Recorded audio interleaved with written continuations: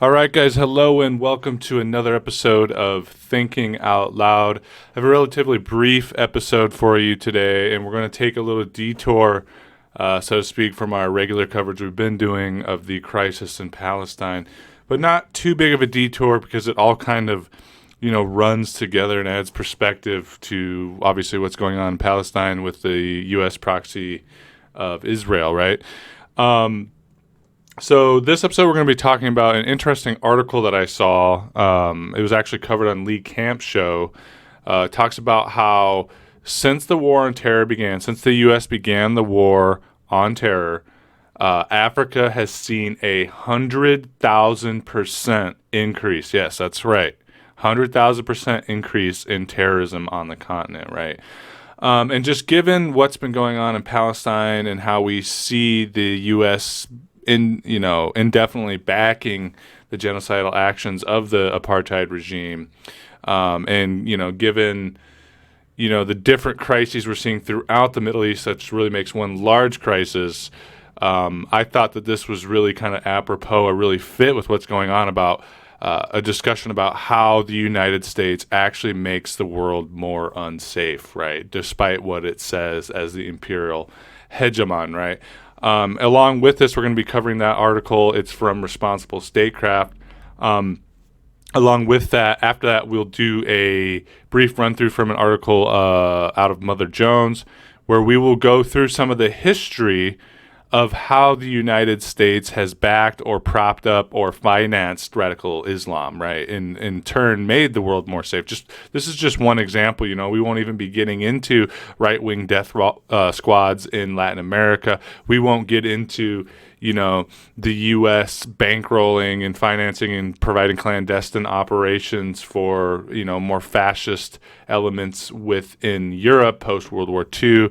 We won't even be getting into that. We'll just be scratching the surface here. But, for the sake of keeping the video short, the legacy, the U.S. legacy of using radical Islam as a proxy or a agent of chaos against, socialist communists or even liberal nationalist democracies is something really important given what's going on in Israel, in the wider Middle East or West Asia at this time, right?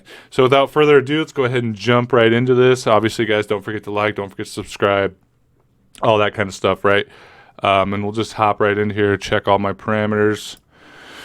Right, okay, so again, guys, this is from Responsible Statecraft. As you guys know, I hope by now, Responsible Statecraft is not some left-wing rag. It's not some radical-ass thing. It's literally a Pentagon. It's a Washington, D.C. based, maybe very left of, it's very center think tank. Provides political analysis and studies, for the State Department, Department of Defense, all these different things, right? So obviously this is not some deeply slanted article, right? This is part and parcel to the establishment. It's just a part of the establishment because we're so far down the path of, imperial collapse, imperial decay this time, that they may seem radical because they're just the ones that actually have some common sense around the building of and management of empire, right? So that is Responsible Statecraft here. So we'll go ahead and jump into this. Terrorism in Africa increased 100,000% during the war on terror. And yes, you're reading that right. Yes. No, it's not a typo. Crazy. I mean, this is why I want to talk about this article, was just that little headline. I saw that. I was like, that's a typo. And then I was like, they fucked up. Like, I thought it'd be 100. I thought maybe it'd be like 1,000%. No. So we'll go into this. It says a new DoD report indicates that violence on the continent today is far worse than when the U.S. military went in to help, quotation marks. I love that. Deaths from terrorism in Africa have skyrocketed more than 100,000% during the U.S. war on terror, according to a new study by Africa Center for Strategic Studies, a Pentagon research institution. So just a little note there. We have Responsible Statecraft, the think tank. That's Washington, D.C., very establishment, very on the reg. It's not some spooky ass shit, right? And then also the study information that they got is from Africa Center for Strategic Studies, which is a Pentagon research institutions. So it's another establishment fact-finding think tank study organization, right? I'm sorry, I'm rambling here.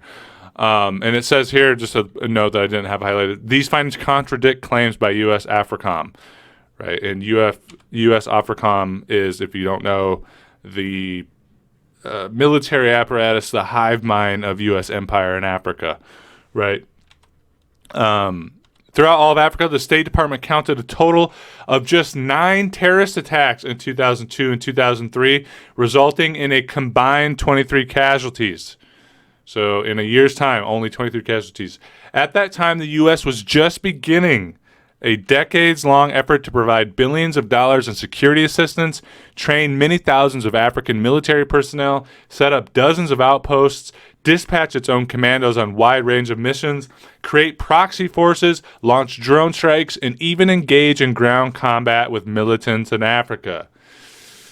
And for those of you who maybe watch the show because you like me or know me as a person, but you don't really agree with my politics, I just want to point out that's a lot of actions in Africa on the other side of an ocean, right? Why are we there? Why are we doing all this? Policemen of the world shit? I don't know.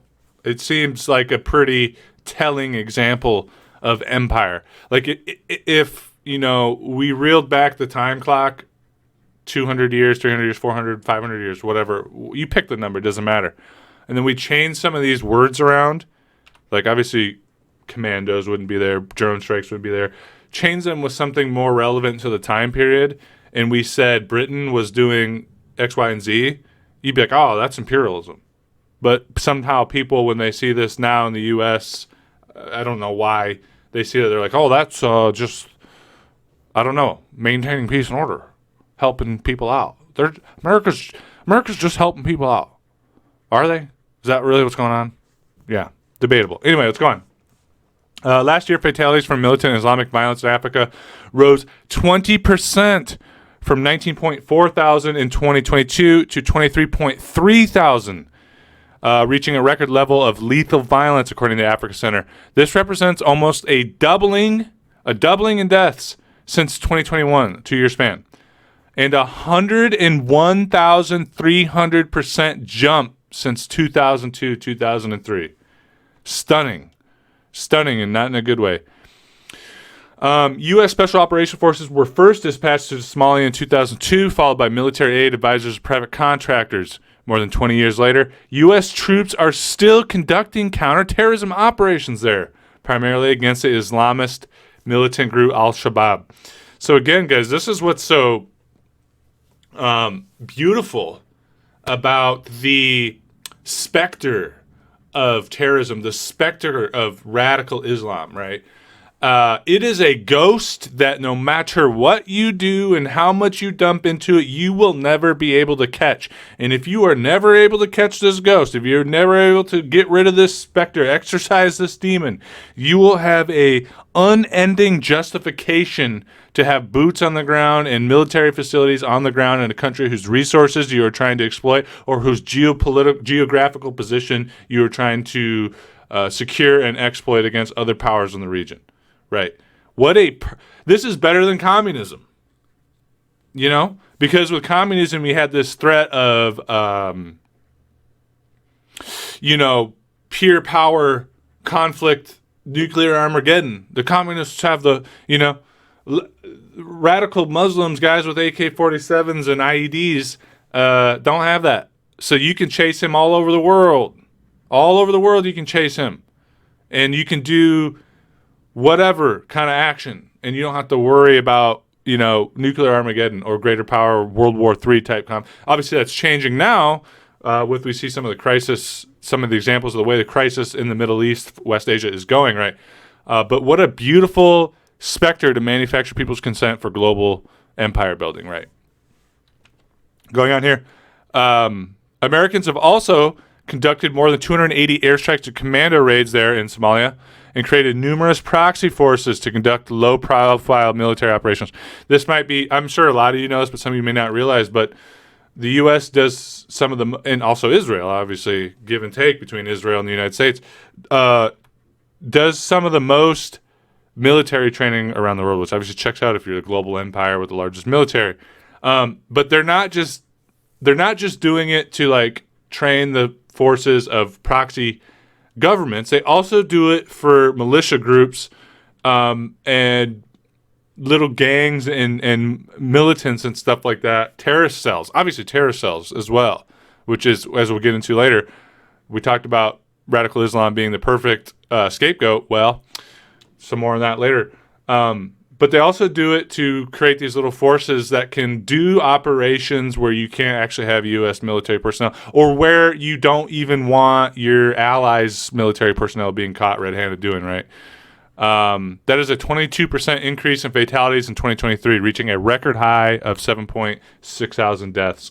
The findings are even more damning for the Sahel. The Sahel is, of course, the region below sub-Saharan Africa, so the area ringing the Mediterranean. You have Africa here ringing the Mediterranean. The Sahel goes from this West African region here, right? That's kind of the bend in Africa, and goes straight across to Somalia, the Red Sea, and stuff like that, right? That is the Sahel. Should have pulled up a map for you. Instead of doing it with my hands, but the findings are even more damning for the Sahel. In 2002 and 2003, the State Department counted a total of just 9 terrorist attacks in Africa. Today, the nations of the West African Sahel are plagued by terrorist groups that have grown, evolved, splintered, and reconstituted themselves under the black banners of jihadist militancy. Men on motorcycles, wearing sunglasses and turbans and armed with AK-47s, rumble in the villages to impose their harsh brand of Sharia law and terrorize, assault, and kill civilians. Relentless attacks by these jihadis have destabilized Burkina Faso, Mali, and Niger. So again, guys, none of this widespread terror and conflict that you're seeing in Africa, other than a couple regions, it's been pretty rough for unending periods. And, you know, the Congo, and then obviously there was a lot of conflict surrounding, you know, Angola, Rhodesia, when the people were resisting apartheid, right? But a lot of this that you're seeing in North Africa and through the Sahel, it was nowhere near this capacity until the U.S. Got involved in trying to stop terrorism when there was nine terrorist attacks in a handful of years, right? They've made it way worse, right? Fatalities in Sahel amounted to 50% of all militant Islamist-linked fatalities reported on the continent in 2023. At least 15 officers who benefited from U.S. security assistance have been involved in 12 coups in West Africa and the Greater Sahel during the War on Terror. The list includes officers from Burkina Faso, Chad, Gambia, Guinea, Mali, Mauritania, and Niger. At least 5 leaders of the Nigerian junta, for example, received American assistance, according to U.S. official. They, in turn, appointed 5 U.S.-trained members of the Nigerian security forces to serve as that country's governors, right? So this plays into you're not just bankrolling the terrorist groups and using them as an excuse to come in. You're obviously doing a lot of different actions in order to depose or weaken governments that you don't agree with, phasing them out through a coup or this or that when they sort of outlive their political half-life, expediency for colonial projects and things like that. Obviously, this is all things that you know. This is the face of neocolonialism, so to speak. Such military coups have undermined American aims of providing stability and security to Africans. Yet the United States has been hesitant to cut ties with these rogue regimes. Again, I would have qualms with the aims of providing stability and security to Africans. That has never been the aim. The aim has always been to prevent or create political instability so that it's, governments aren't strong enough to nationalize their resources, to use it to benefit their people, or to provide political resistance to European and American colonialism in the region. You always want it to be unstable so that the guy in power is afraid that within a few minutes or a few shakes of a wand that he will be out on his ass and there will be all this chaos, and then the gravy train stops for him and then some guy else will come in. I mean, this is all part of it, political instability. If a country or a region is divided and at war with itself and full of corruption and political infighting, it is a lot easier for a larger imperialist power to come in and do whatever they want and charge whatever they want for as many resources or whatever else is that they want, right? Or to bring, hey, we'll help you with the stability by having a military base here, because even though they don't care about helping your stability of your country by having that military base there, they are, this country that we hate is over here, so now we are within 2 clicks and a shake of that country we hate, so we can act like that or do actions towards them more easily, right? So that is obviously how that works. U.S. law generally restricts countries from receiving military aid following military coups, but the U.S. has continued to provide assistance to Sahelian juntas, obviously, because it serves their interests. While Goita's 2020 and 2021 coups triggered prohibitions on some forms of U.S. security assistance, American tax dollars have continued to fund his forces. And what you'll see is even sometimes when there is a ban, like we saw this in Afghanistan, where they kind of, Congress and oversight bodies kind of caught wind of the amount of cash that the U.S. military was just flooding the region with, and that there, as a result of this, there was a lot of corruption and theft and bribery to local warlords who would then take the money and then turn around and do this or that. That was the opposite of what the U.S. wanted. So when they were trying to put a stop on that, a lot of that just flew right in under the radar into the intelligence community with the CIA and other organizations like that, their whole, scheme is black site under the veil shit. So everything just continued. It just got done through the intelligence community or through USAID with like the National Endowment for Democracy, sort of technically under the realm of congressional oversight, but we have not seen any real congressional oversight of the intelligence community since the hearings in the 70s or 80s. I mean, come on. Similarly, Burkina Faso's military killed scores of civilians in drone strikes last year. According to a recent report released by Human Rights Watch, the attacks targeting Islamic militants in crowded marketplaces and a funeral left at least 60 civilians dead. U.S. Africa Command touts that it counters transnational threats and malign actors and promotes regional security, stability, and prosperity, helping its African partners to ensure the security and safety of their people. The fact that civilian deaths from militant Islamist violence have reached record levels, according to the Africa Center, and spiked 101.3,000%. Insane. During the war on terror demonstrates the opposite.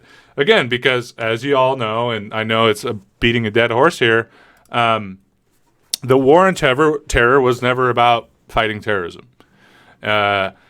Never about fighting terrorism. And actually, as we're going to this next article, we're going to see that the terrorists that America spent 20 years fighting were actually bankrolled and created and fostered and suckled at the teat of American imperialism from the very beginning. And, this is one of those things that we'll talk about.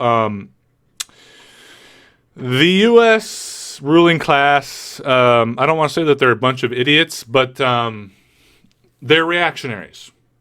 They, you might be able to say that at one time American imperialism, say from 1880 to 1945, had some level of prescience.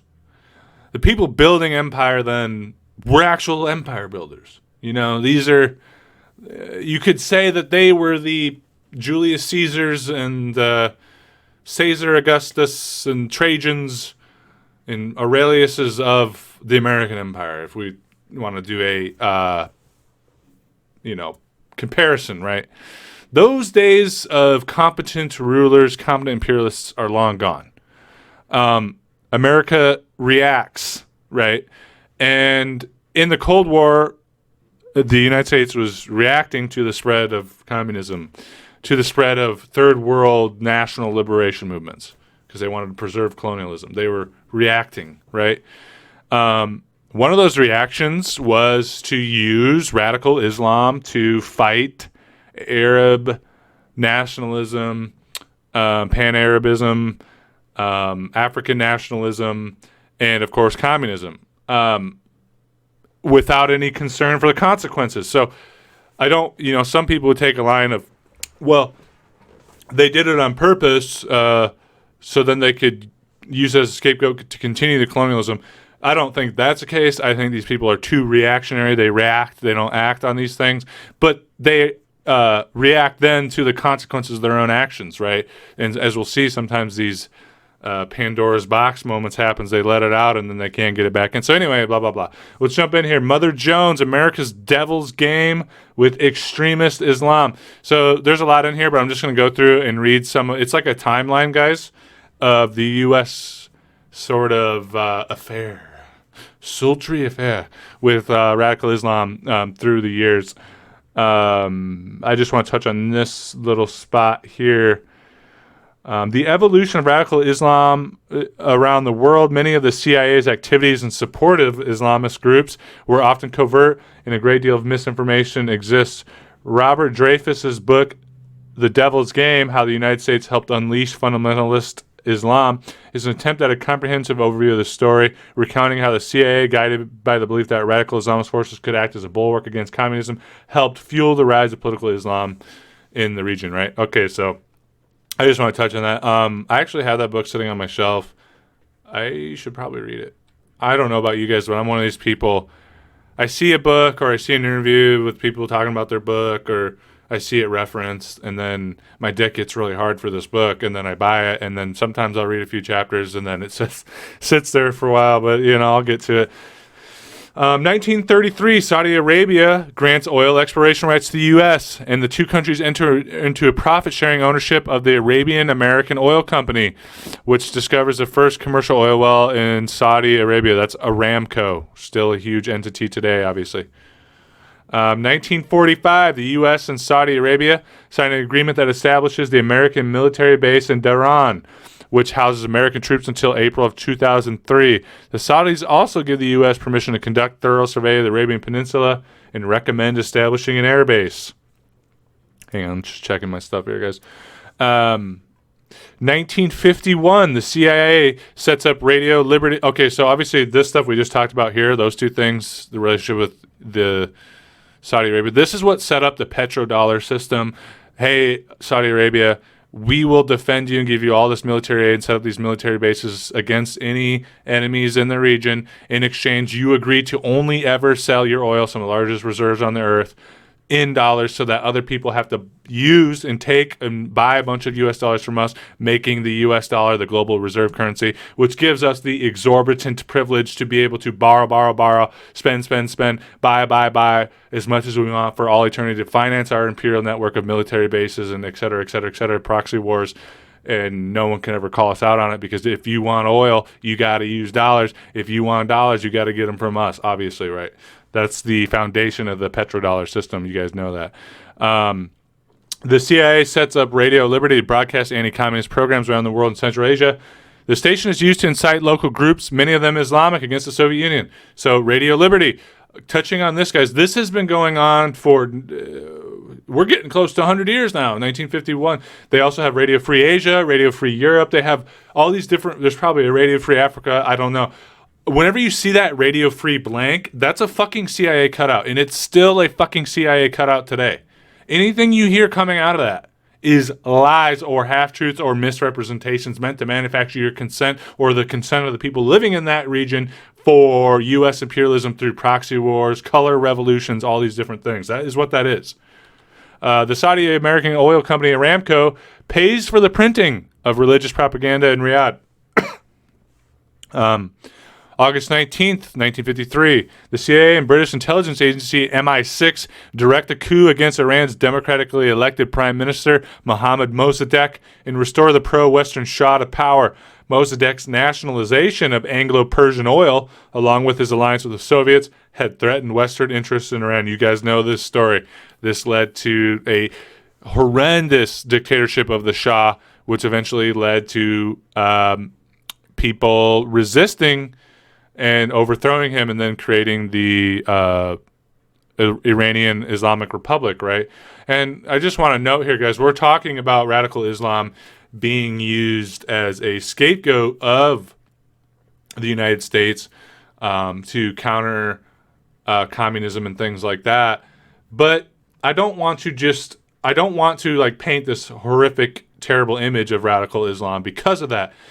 Yes, the U.S. has bankrolled and financed and supported some of the more reactionary regimes of radical Islam and used it as a weapon. But there are many instances of radical Islamic religion being used in a more progressive manner. Now, we can have a debate about, obviously, a lot of times the rights of women or different groups under these progressive regimes. When I say progressive, I mean in terms of anti-colonialism, right? It doesn't mean that these regimes can't be problematic in terms of individual freedoms of different groups within their society. But we have to always look at things in perspective and understand that there is nuance, and that it is possible for more than one thing to be true at a time, right? So an example of that would be, Iran overthrowing the Shah, a puppet of U.S. imperialism, is an example of progressive anti-colonialism as a result of radical Islam. Again, Hamas resisting Hezbollah, resisting Israeli colonialism, which is, again, U.S. colonialism in the region. That's an example of progressive. And as we'll see, a lot of times the U.S. bankrolled some of these organizations, and then, like we said, it's Pandora's box. They get out on their own. The damage is done. You use it for political expediency to resist communism or Arab nationalism, and now you have created a monster, so to speak. Right. Anyway, going on here, guys.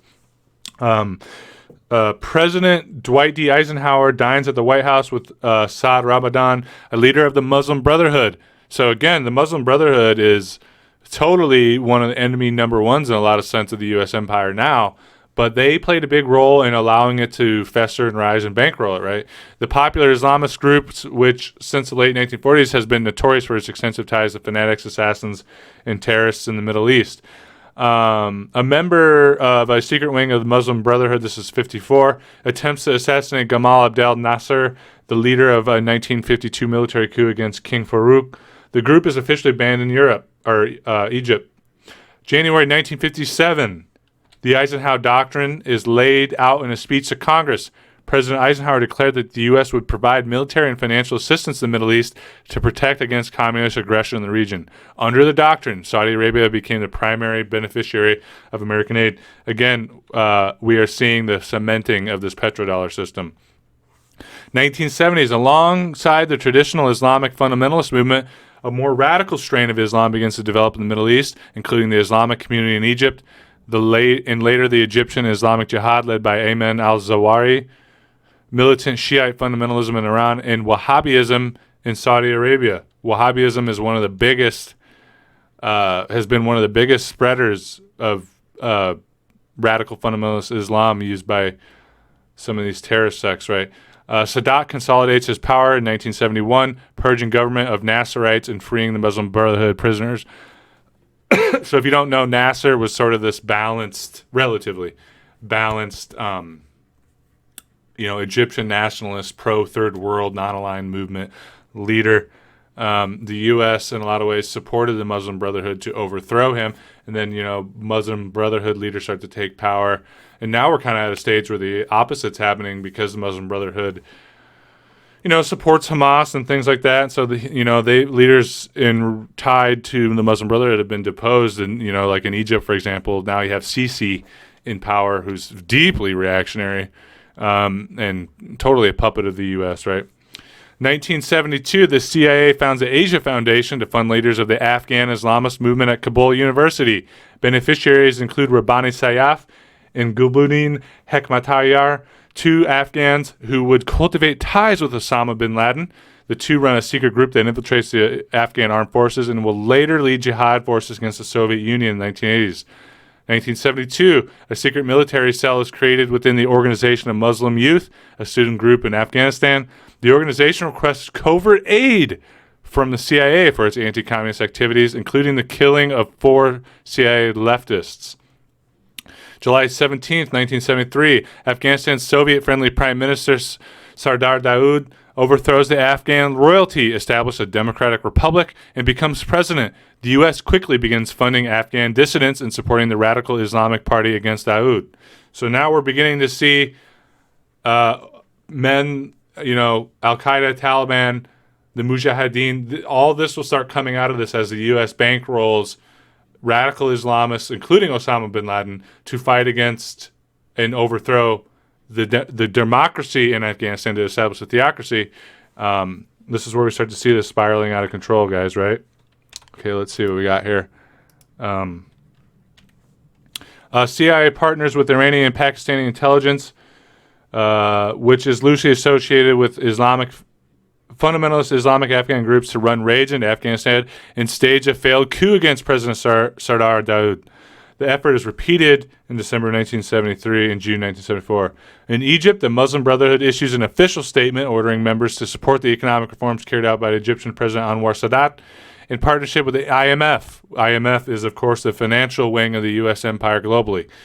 In the region, to adopt a variety of pro-market reforms as a condition of receiving loans. Under pressure from the U.S. in 1976, Pakistan and Iran Daoud begins purging and assassinating leftists and communists from the Afghan government. We all know this one. That's that Jakarta method, right? Egyptian President Anwar Sadat visits Jerusalem, begins negotiations with Israel that lead to the Camp David agreement between the two countries. Egypt also breaks its ties with the USSR, becoming one of the U.S. foremost allies by 1980. Israel backs the Islamic Association.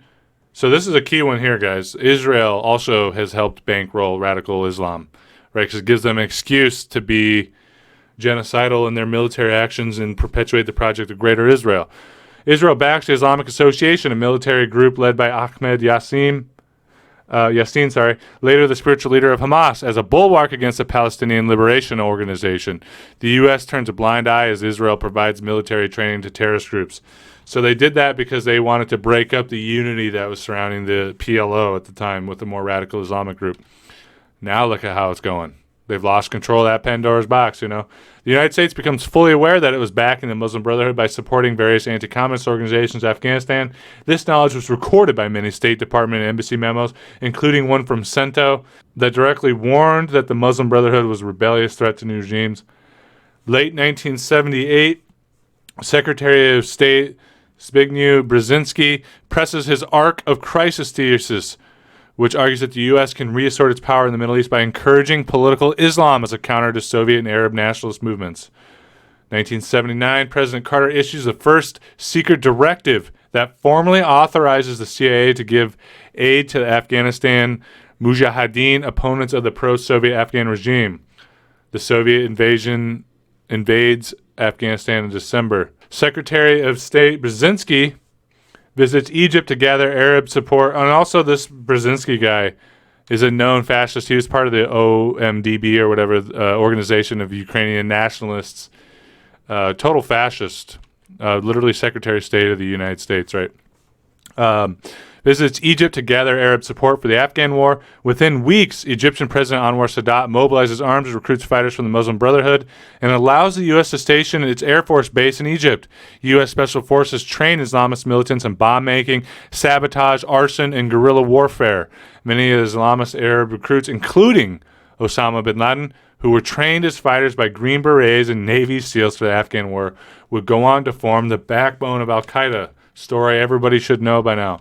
1987, Hamas is founded, growing out of the radical elements of the Egyptian Muslim Brotherhood. U.S. intelligence reports show that the Israeli Secret Service is giving covert support to Hamas. That's a counterpoint to Palestinian nationalism, but the U.S. turns a blind eye. Anyway, guys, I'm not going to go on with this. The rest of it you kind of know through the 90s. This one I do want to read because it's interesting. 1997, 1999, members of the Taliban vacation in Nebraska. What a shitty place to vacation, by the way. I live right next door, and it's not fun there. I don't get it. Where they visit Thomas Gautier, a CIA-funded propagandist who produces children's textbooks stocked with Islamic fundamentalist and jihadist rhetoric for supposed State Department educational programs in Afghanistan and Pakistan. crazy how deep this stuff goes. So as you can see, the love affair of the U.S. with radical Islam is decades old now, going on a century old now. And this is just one of the many ways in which the U.S. makes the world less safe by bankrolling these organizations, creating these organizations, and then letting them loose on the world, losing control of them, and then using the fact that they're out in the world doing what they will as justification to continue its neo-imperialist wars and proxy coups and all this bullshit in the region, right?